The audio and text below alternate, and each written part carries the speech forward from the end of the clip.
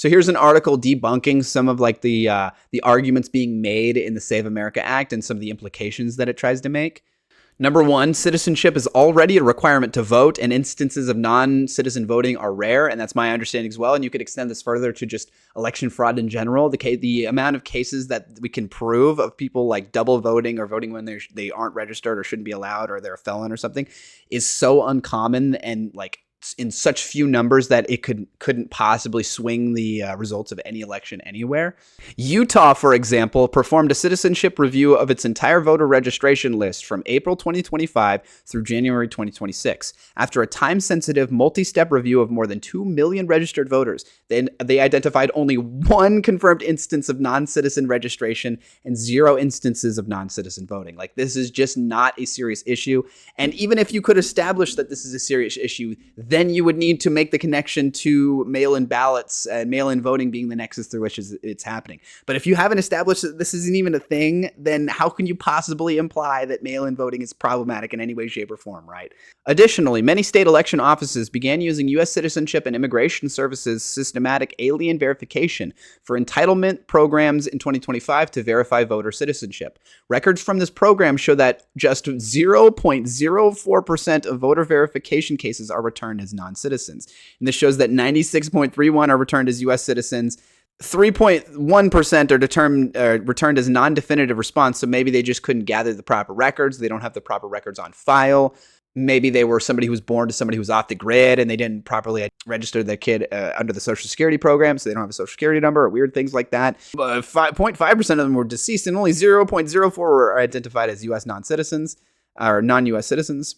And the actual rate for non-citizens may be even smaller than this data suggests. Travis County, Texas, for example, reported that 25% of the voters that the USCIS flagged as potential non-citizens had already provided proof of citizenship when registering to vote. So that the system is clearly, at least in the case of Travis County, had a 25% false positive rate, which is crazy, which shows that the program seems to be pretty unreliable and seems to be working on with an information deficit, an incomplete data set through which it's making these sorts of evaluations. Many eligible citizens don't have documentary proof of citizenship. And this is what I said before, right? Maybe you're born to a weird conspiracy theorist that's super anti-government and doesn't want to register you with the Social Security program. So you don't have a Social Security number, or maybe you don't have a birth certificate, or there's a whole bunch of different circumstances where like you don't have proof of citizenship necessarily, but you very much are a citizen or born from citizens and are very much still legally a U.S. citizen. You just don't have any like documents to prove it necessarily. There are more cases of this than you might think. It says 9% of all eligible voters do not have easy access to documentary proof of citizenship. For instance, like the Social Security card is literally this piece of paper that you're given once when you're younger. And if you lose it, then it is an absolute pain to get it back. So there may be a ton of people also that like know that they're citizens, maybe used to have some of these documents, but lost them through a fire or just losing them in general, or they were stolen or whatever. And that they just haven't gone through the hassle to get them back because it is a hassle to try and get a new Social Security card administered or a new birth certificate administered, a proper one, an official one to be like sent to you. These things take a lot of time and a lot of work. And you know, we live in a fast and busy world and people have got a lot going on, and I don't necessarily totally blame them for not wanting to deal with all that BS and just being like, yeah, it's not really a problem. You know, I'm able to still, for the most part, live my life. It's once every couple of years that it turns out to be a problem that like I don't have a birth certificate on hand or whatever. And so that I just cross that bridge whenever it comes. And in most circumstances, I can kind of find a way to wiggle out of it or whatever. Yeah. And 11% of registered voters do not have access to their birth certificate, which is, like I said, right? It's literally just this physical piece of paper that they give you when you're born and you're expected to hold on to for the rest of your life, right? Which is kind of crazy, okay? In the year 2026. Kansas offers a case study of how a documentary proof requirement would likely play out in practice. Before the law took effect, non-citizen registration in Kansas was exceedingly rare, accounting for about 0.002% of registered voters. After adoption, the documentary proof of citizenship requirement prevented roughly 31,000 eligible citizens, or 12% of all applicants, from registering to vote. In short, the law prevented far more citizens from registering to vote than non-citizens, right? You're literally disenfranchising all these American citizens from participating in the most American of acts, voting, because of your weird documented rules that you have in place. Your archaic, convoluted system of requiring to prove your citizenship in ways that don't seem to be necessary at all, considering the fraud rate is literally 0.002%, which is hilariously low. There are better ways to verify citizenship that put the responsibility on government, not voters. Recent voter citizenship verification proposals tend to take one of two approaches. Front-end verification, where the burden is on the voter to prove their citizenship by providing documentary proof to a state or local official. This is the approach the Save America Act takes. Or back-end verification, where election or other government officials, such as those at the Department of Motor Vehicles, can consult existing government data to verify a voter's citizenship status. Both models have trade-offs. Front-end verification risks burdening eligible voters who lack ready access to proof of citizenship, while back-end verification hinges on the accuracy, completeness, and interoperability, that's the most important one, interoperability of government databases. Between the two approaches, we encourage policymakers to prioritize back-end verification over front-end verification because it places the responsibility on government officials rather than voters to prove citizenship. And also it proves like a properly functioning government. Like in the year 2026, we should have the ability for these government agencies to properly communicate with one another and share information when necessary. And that like the idea that like we would have systems in place that don't allow that, or that they don't have the ability to because the bookkeeping is bad enough, or we don't have the computer systems in place or whatever, is laughable in the year 2026. And that we absolutely should have that. And if you look at any other first world developed country, I guarantee you they do have that. So the Save America Act could have unintended consequences for election officials and election administration.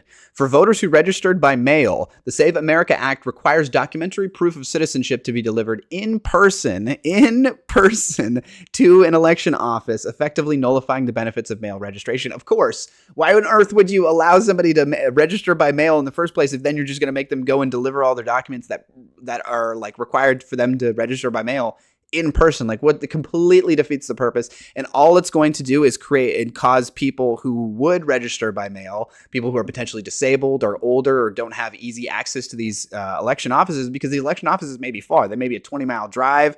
They may be a 100-mile drive. You might not have a car at all. You might have to take public transport. You might have to walk or something like that, right? This will inevitably lead to a lot of people just balking from the process at all and just saying it's too much hassle, too much work, too much effort, too much money, too much whatever, and deciding to not go through with it, which is effective disenfranchisement of these people, right? You are depriving American citizens who otherwise should have a hand in the strictures that govern them. They should have a say in how their government is created, operated, and runs ideologically.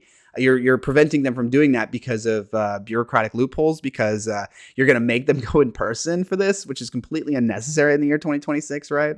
And the Save America Act needs more time and resources to be implemented well. This is what I've been saying about some of the Supreme Court rulings recently, like the one you saw in Louisiana where they said like you're good to go with your redrawn congressional maps or whatever, is that like it's too close to the election. That like Supreme Court in prior rulings and whatnot have argued that like when you're this close to an election, you can't make fundamental changes to the way that like registration works, to the way that voting works, to the way that any of the county law lines are drawn, because it will significantly impact the results of the election, and that like there isn't enough time to properly get the word out for people to process the results of this because it takes time for this sort of information because it takes a certain amount of time for this information to permeate through the populace, and that it could potentially have bias impacts on the results of the elections, which is very clearly what they're going for on this, right? They want to prevent as many people from voting by mail as possible, and Democrats tend to vote by mail more often than Republicans. So even though it's doing all of this, if they were to disenfranchise 80% of people who vote by mail are going to now balk because they can't vote by mail, because then they'd have to go in person and they're not willing to put in the effort or the time, or they're literally physically not able to.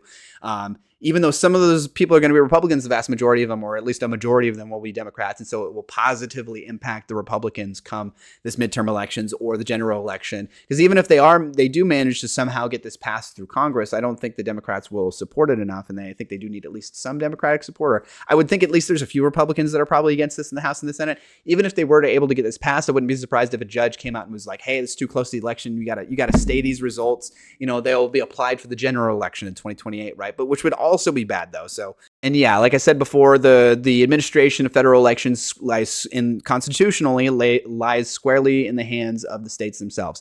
And so any attempt by the government, like through the Save America Act or through Trump issuing that executive order that's telling the U.S. Postal Service to not deliver mail-in ballots unless they follow these certain rules in these states, is very literally unconstitutional. And it's very clear that the whole purpose of it is to disenfranchise voters so that they can help their electoral results in the midterms in a couple of months, because they see see the writing on the wall. They see the Republicans are going to do bad, even more than the backlash election that tends to happen, right? When you have a Democrat win, or say you have a Republican win in the general election for the presidency, there's a certain percentage backlash that tends to happen where the other party tends to do better in the midterms after that. But like even more so than that, people are pretty unhappy with. So you tack on that backlash effect on top of how unhappy everybody has been so far with the way the Trump administration has been handling the economy, and Republicans have been handling the government and Congress. That the writing is on the wall, and that it could potentially have a landslide election in favor of the Democrats unless they go for shenanigans, right? Unless they